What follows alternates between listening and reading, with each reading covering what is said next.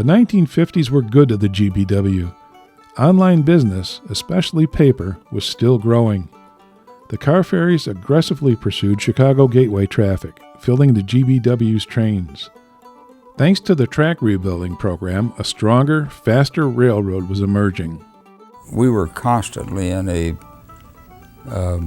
rebuilding situation on the Green Bend Western. We raised our standards frequently, and when we raised standards, we had to spend a lot of money, such as track standards to increase speeds and things of that kind. It was money well spent. America's love affair with the automobile meant more Ford business, but this was hot, high-priority traffic. The GBW's future was riding on its track structure. When we had the Ford traffic, we had to run very fast.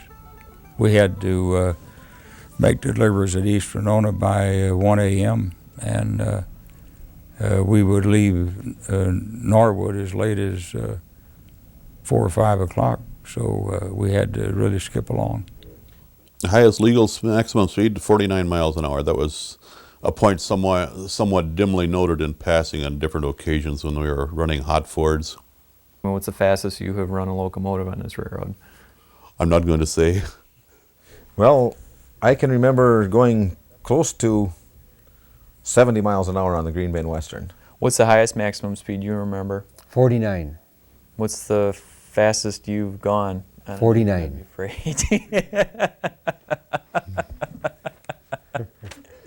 You didn't think I'd say different, did you? No, I just had to see what but would off happen. the record.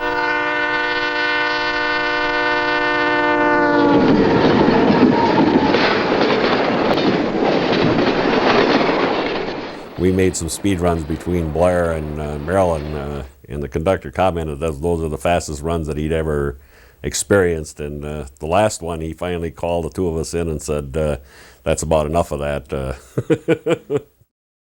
Faster trains need more horsepower, but the FA1s were old, weak, and worn out. So the GBW traded them in on new Alcos. They acquired an RS-27 in 1960 and 4 C424s between 1963 and 65. Their last new locomotive, C430 315, was delivered in 1968, shortly before Alco left the business. Rather than switch to EMD or GE, the GBW would buy second-hand Alcos from then on.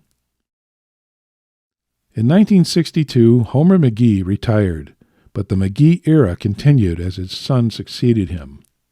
Weldon McGee was born in Texas in 1912. As a young boy, he followed his father on many railroad adventures. After college, he hired out on the Green Bay route, rising through the ranks as his father had on the Katy. Well, I learned a lot from my dad and was very loyal to his feelings and his philosophy. And I guess the only difference might be that I was not as conservative as my father, but I think that is a normal situation between father and son. I might have been a little more ambitious to spend more money, but we ran the railroad largely, the improvements we made were largely based upon the earnings. We borrowed very little money, and that was my father's philosophy. Sadly, the elder McGee enjoyed only a few months of retirement, but he left his railroad in good hands, and it prospered through the 1960s. The GBW suffered its worst natural disaster in the 1965 Mississippi River flood. Massive rains melted heavy snow from the previous winter, flooding the river for half of its length. The CB&Q embankment at East Winona gave way on April 16, wiping out their main line. Floodwaters washed out the GBW main in several places for 1.5 miles east of the Diamond. But the breach was a lucky break for Winona.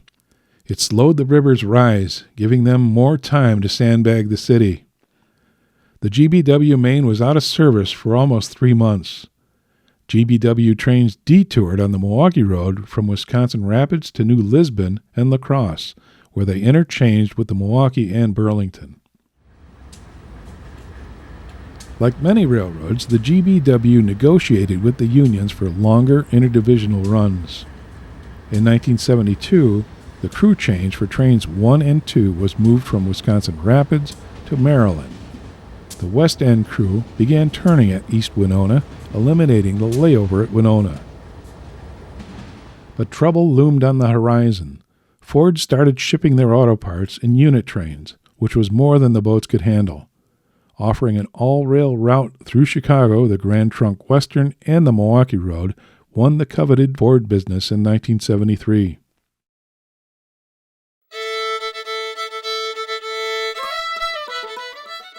It wasn't all doom and gloom. Wisconsin's growing paper industry helped offset the loss of the Ford traffic. Consolidated Papers became the GBW's biggest customer. The railroad's traffic base was shifting, especially on the West End. Right now, I would say we're talking pretty close same amount of freight, but today we're confined to more like 3 outfits.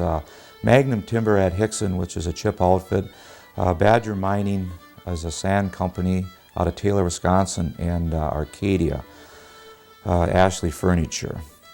Now those are our 3 biggest industries today, which we haul a lot more cars just from the 3 industries. Years back, we stopped at all the towns.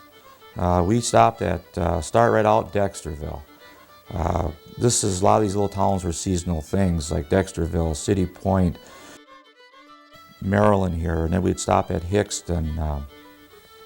Our next town would be Blair, Whitehall, Independence, a little town of Dodge. We very seldom had much there, but once in a while there would be a car.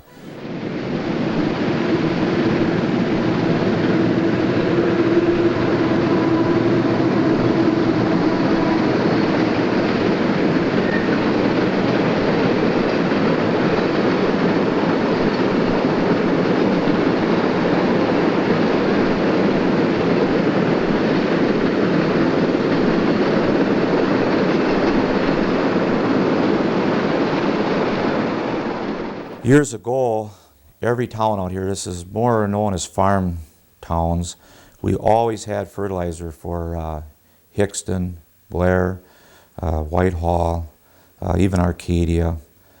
And we're on today, we haul very little fertilizer.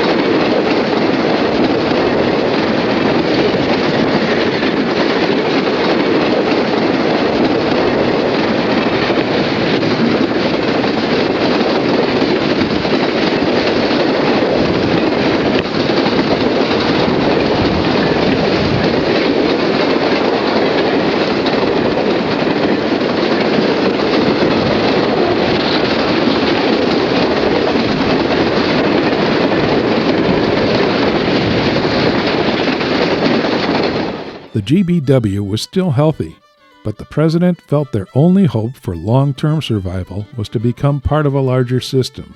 For years we had planned to join the Burlington Northern because they were our big brother.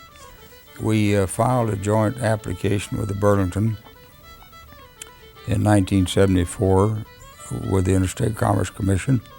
The BN bid $100 a share and I think around $220 for the debenture Bs. But Wisconsin's other railroads weren't going to sit back and let the BN walk into their territory.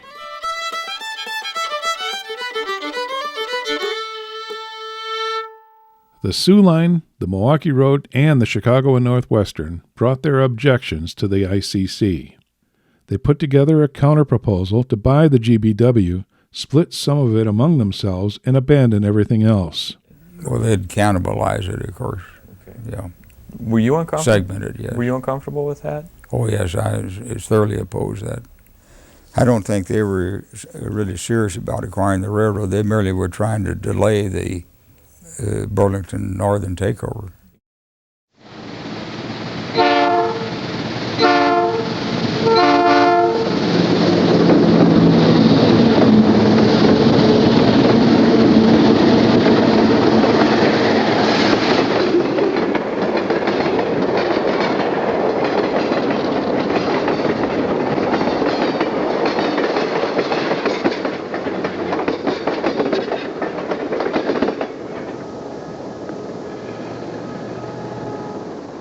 And as it always followed, it takes a long time to get a decision from the commission.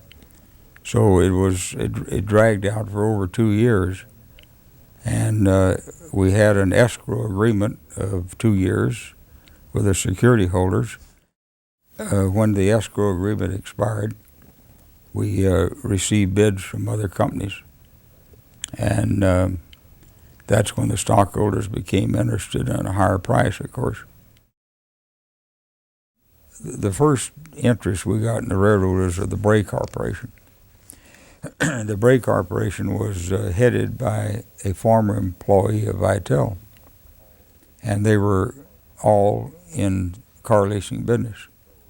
When Itel realized that Bray was going to make a bid on the Green Bay and Western, that just made them paranoid, because they couldn't see a competitor and one of their former officers setting up that kind of competition.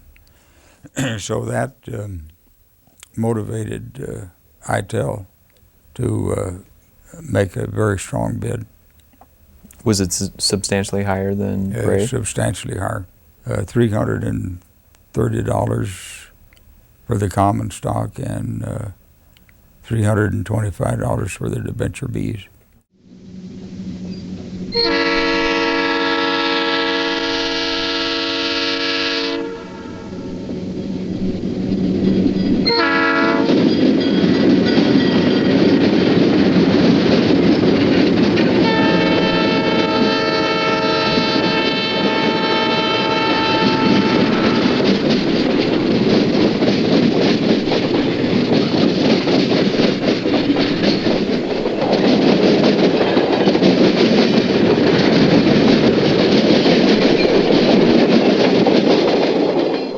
Shortly after Itel purchased the railroad, Weldon McGee retired as president. He was succeeded by Joe Galassi. Joe Galassi was the Burlington's operating man that was our liaison man when we were planning the merger with the Burlington. So during the time that he was on the Green Bay and Western, I was aware that he had gained considerable knowledge of the railroad. So when Itel started looking for a new president, and they asked me if I would help interview candidates. And I said I would, but I said you don't need to bother because Joe Galassi is your man.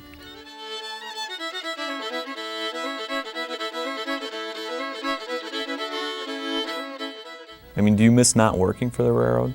Well, certainly. I mean, after you have a career on the railroad, you're bound to miss things, and I think back at many interesting and even exciting and aggravating situations, but I miss some of that. What do you think you miss the most? Well, I think I miss the enthusiasm that I had for just getting involved in running the railroad and being with the people that were on the staff and getting out and making decisions and those things. I mean, it's something that makes you feel important, and when you retire, you don't have that feeling.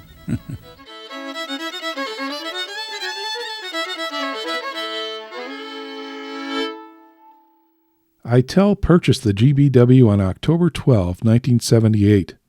It would take 15 years, but it was the beginning of the end for the GBW.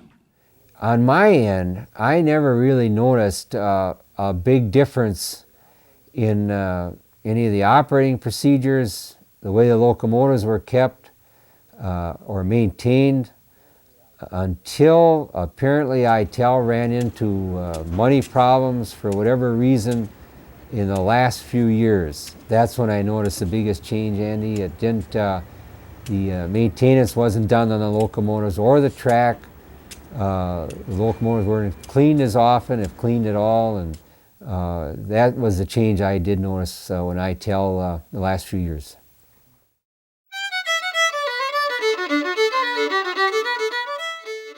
The GBW suffered a setback in February 11, 1977, when the Green Bay Depot was destroyed by fire.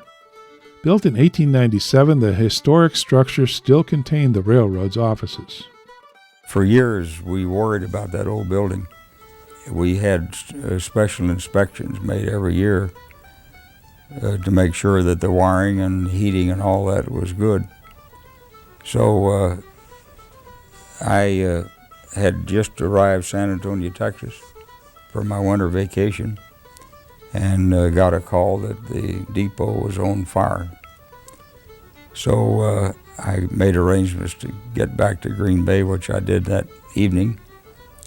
And the ironical thing is that the building was fine, the wiring was good, but it was broken into by a burglar who claims that after he got into the building, he didn't find anything worth stealing. So he set it on fire. We lost some records, but we had 4 good fireproof safes, and most of the central records were safe. And the records that we lost were mostly interline records, and we got copies from other railroads. Did it disrupt operations a great deal? Not much, no. On that Saturday, after the fire, one thing we did as soon as I got up here, I met the staff, and the chief engineer had already picked 4 locations as possibilities. So the staff and I got busy, examined the locations on Sunday, and made a decision that afternoon on the building that we are presently in, and we started moving in that day. It was very smooth. It was surprisingly good. It seemed like a complete catastrophe at the time, but it turned out it worked to our advantage.